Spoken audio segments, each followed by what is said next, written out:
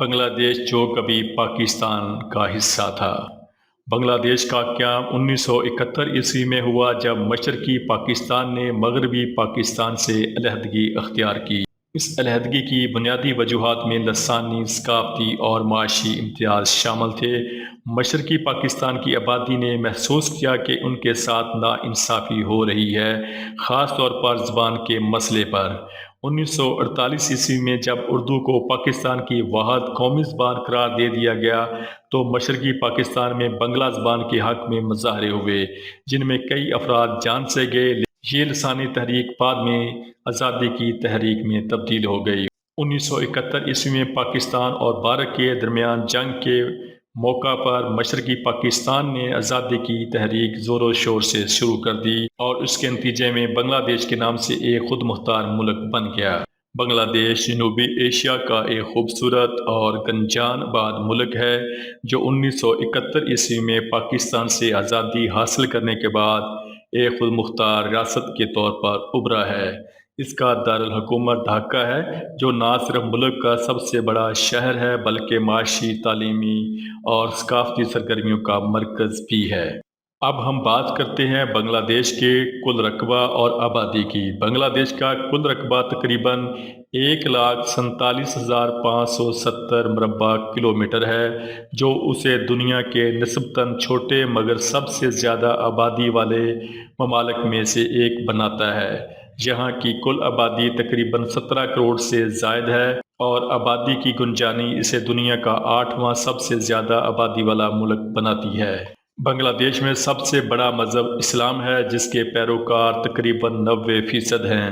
ان میں زیادہ تر سنی مسلمان ہیں، تاہم شیعہ اور اہل حدیث بھی ہیں۔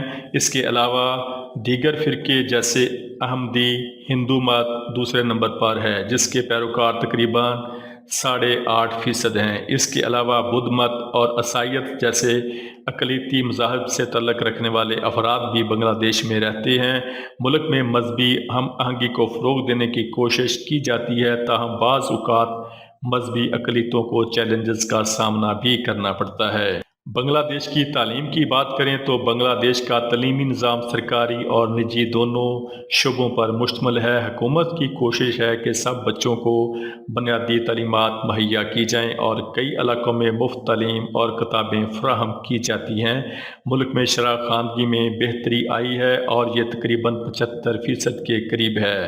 اعلیٰ تعلیم کے لیے Dhaka university, چٹگام university, Rajshahi university اور کئی ادارے موجود ہیں، تاہم دیہی علاقوں میں تعلیمی سہولیات اب بھی محدود ہیں۔ بنگلہ دیش کا صحت کا نظام ابھی ترقی پذیر مراحل میں ہے۔ حکومت نے بنیادی صحت کی سہولیات دیہی علاقوں تک پہنچانے کے لیے متعدد پروگرام شروع کیے ہیں۔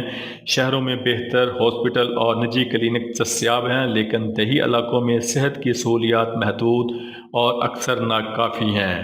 بیماریوں جیسے ڈینگی، ملیریا اور پانی سے پھیلنے والی بیماریوں کا مقابلہ کرنے کے لیے کوششیں کی جا رہی ہیں۔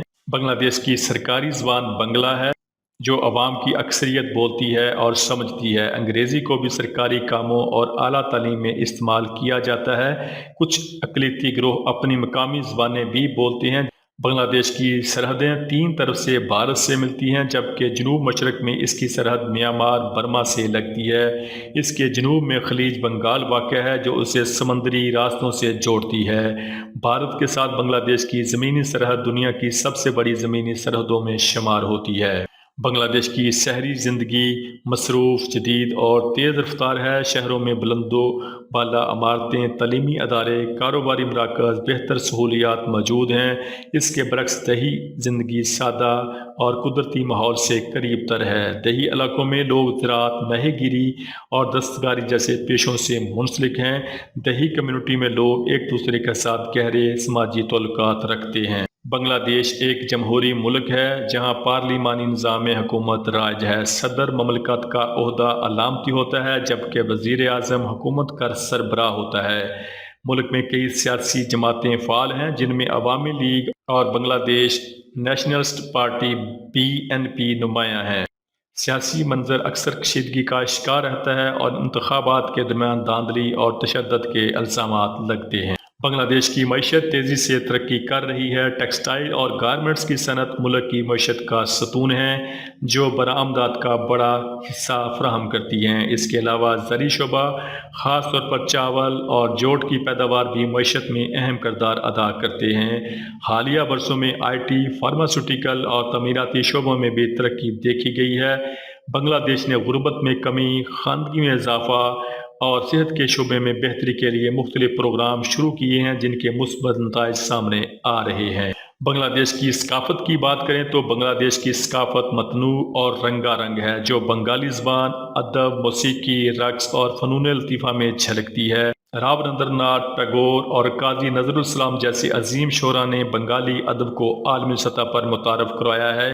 اس طرح کی مزید ویڈیوز دیکھنے اور گھر میں بیٹھے ہوئے پوری دنیا کی سیر کرنے کے لیے ہمارے چینل کو سبسکرائب کر لیں، ویڈیو کو لائک اور شیئر کریں۔ شکریہ۔